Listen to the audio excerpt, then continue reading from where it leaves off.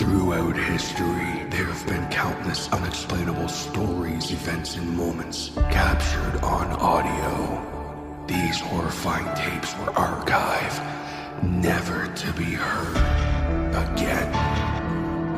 Until now. These are the tapes of trepidation.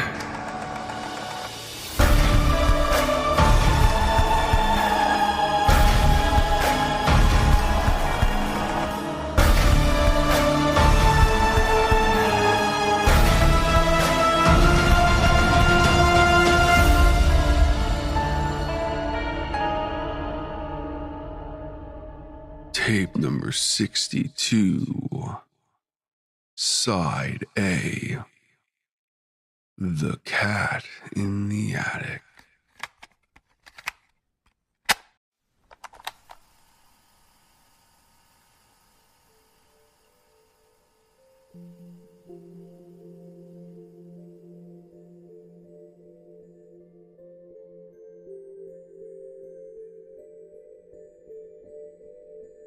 My pet cat, Snuffles, had a habit of staying in the attic for extended periods of time. It wasn't unusual for her to be up there so late on a night when I wanted to go to bed. However, if I didn't commit to the usual routine of kicking her out for the night, she would, at some point, usually around 3 a.m., come into my room, hop on my bed, and meow in my face until I woke up to pet her. I had work tomorrow, so for her to do that would be very much an inconvenience. She was always a smart cat.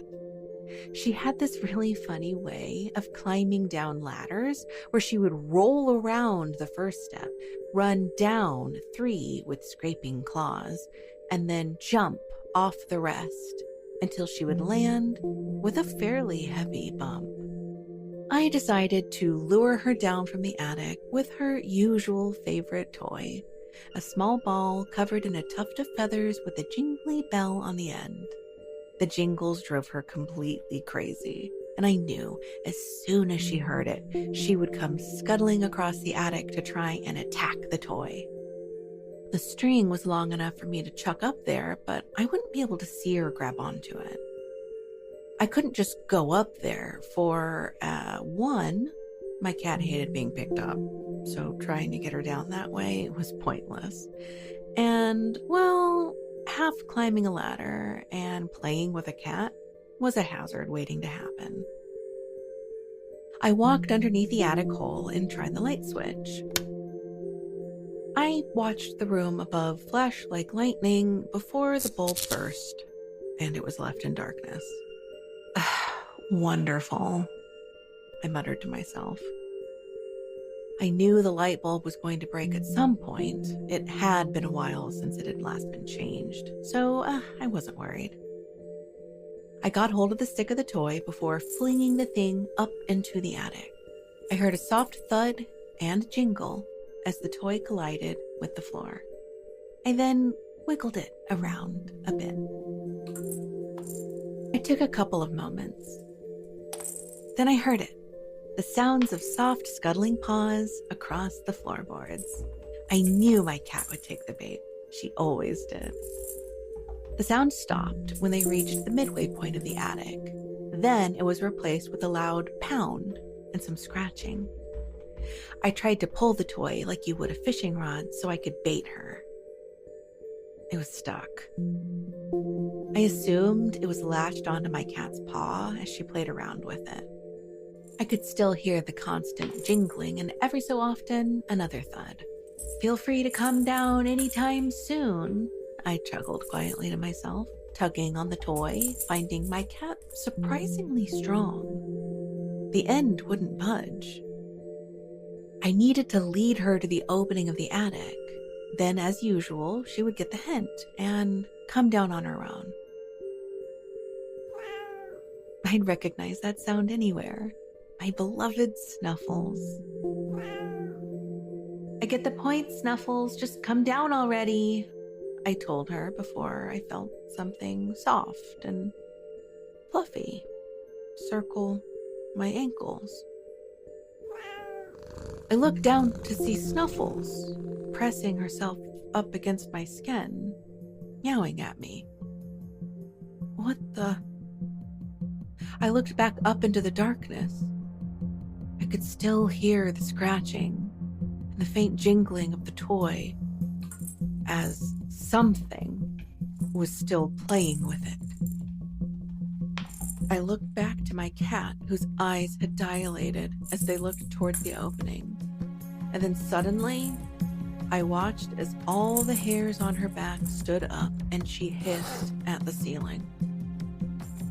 I dropped hold of the toy as it hung in the air, still attached to whatever was holding it.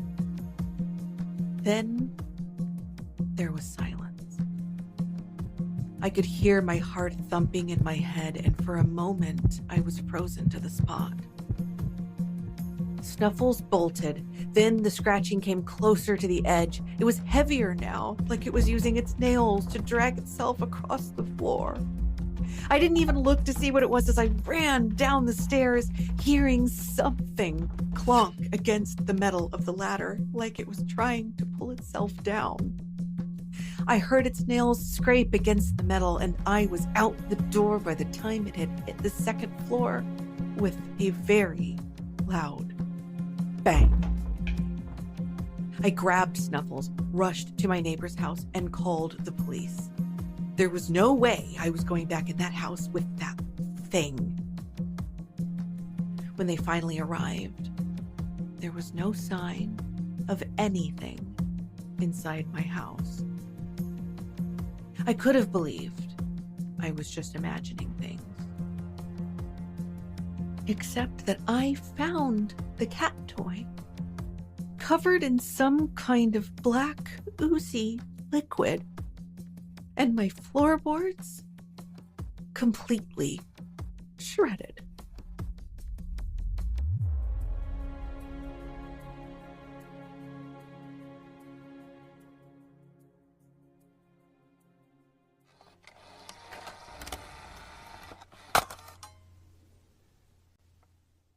Side B.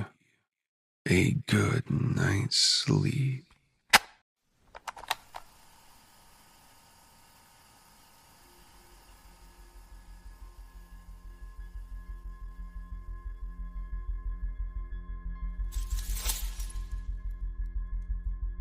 The sound of shattering glass jolted me awake.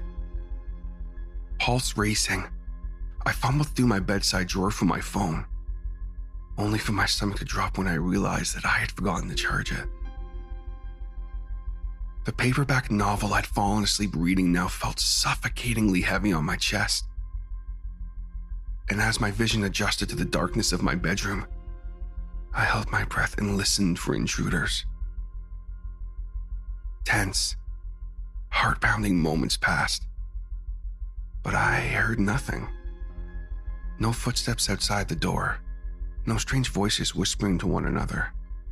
No gloved hands turning doorknobs, or rummaging through my home for valuables, save for the low hum of the air conditioner and my cat Lily's gentle breathing as she slept curled up beside me, oblivious to my panic.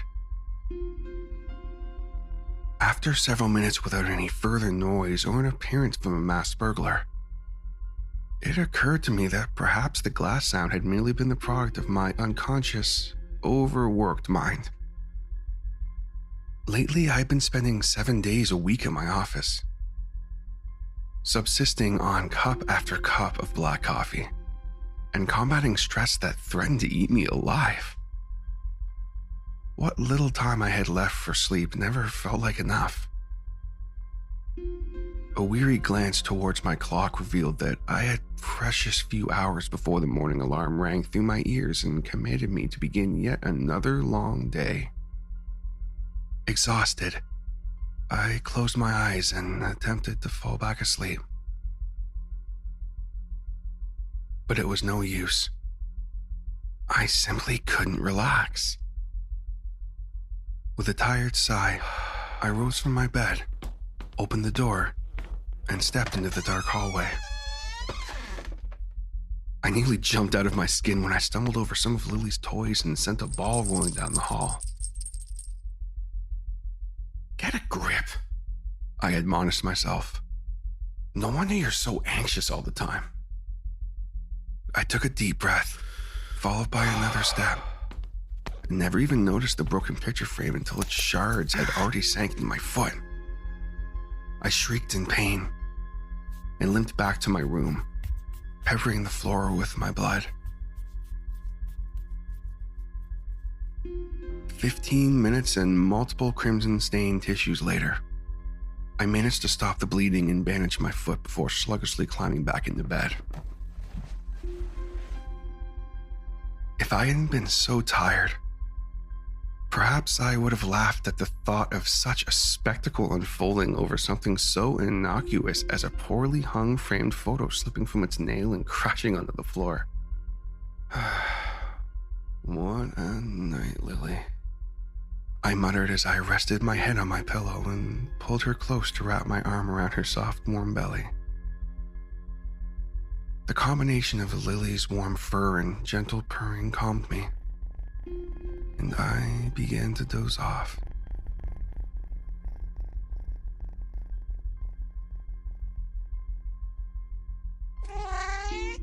My eyes flew open when I heard a meow coming from the edge of the bed. I sat up and saw Lily staring at me, her whisker wet from a recent trip to the water bowl. The thing beside me began to laugh.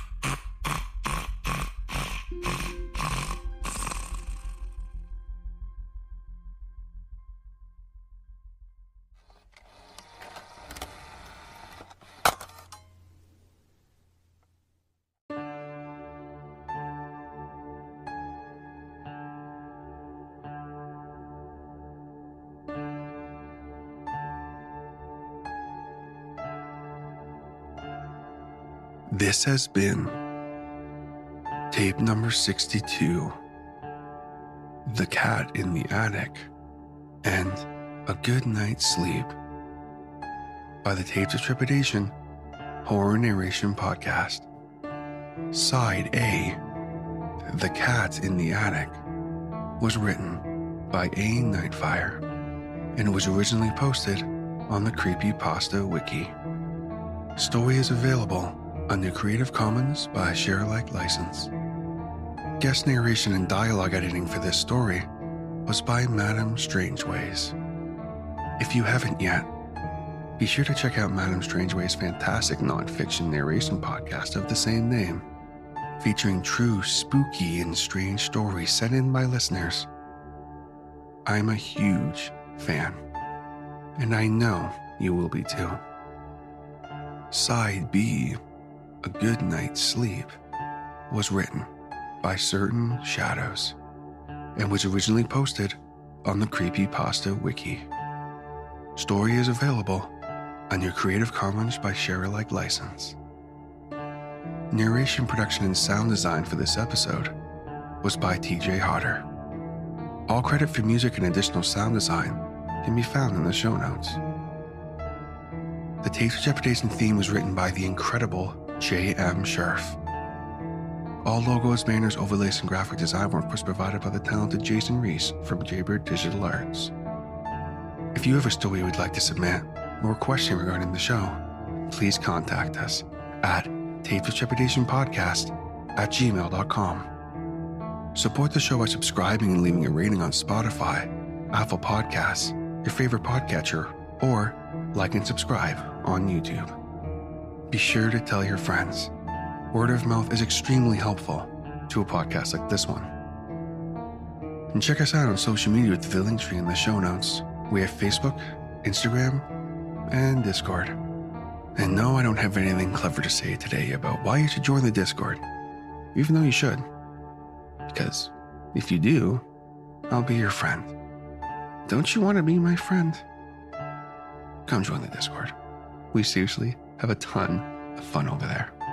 And it's definitely the best way to keep up with everything that goes on with the podcast, get a little behind the scenes information, and also You may even be able to join a live stream or two. So come hang out with us. And if you'd like to support the show a little more, consider joining the Tapes of Trepidation Patreon, where for as little as $5 a month, you can gain access to monthly bonus short story narrations, or micropasta narrations, the weekly behind-the-scenes podcast Within the Archive, in which I break down every episode of the podcast, as well as do Q&As and interviews with cast members, and more. So come, join us, and become trapped within the archive, just like my current patrons, Neil Skarupa of Neurotic Voice, Doozer Pindan, Ronan Kumori, Eric Phones, Patrick Stewart, Madam Strangeways? What a coincidence there. And Dr. Torment. Thank you all so much for the support. It really means the world to me to have you guys supporting this podcast in the way that you do. All content used on Tapes of Trepidation is either original, used with permission, or is available on your Creative Commons share-alike license. All rights reserved, unless otherwise stated. Licensing information can be found in the show notes. This podcast and its content may not be redistributed or rebroadcasted without the express written consent of Tapes of Trepidation and the story's author. Thank you so much for listening. And how fitting that you can hear my cat in the background, who very clearly needs my attention. So if you'll excuse me, I'm going to go tend to him.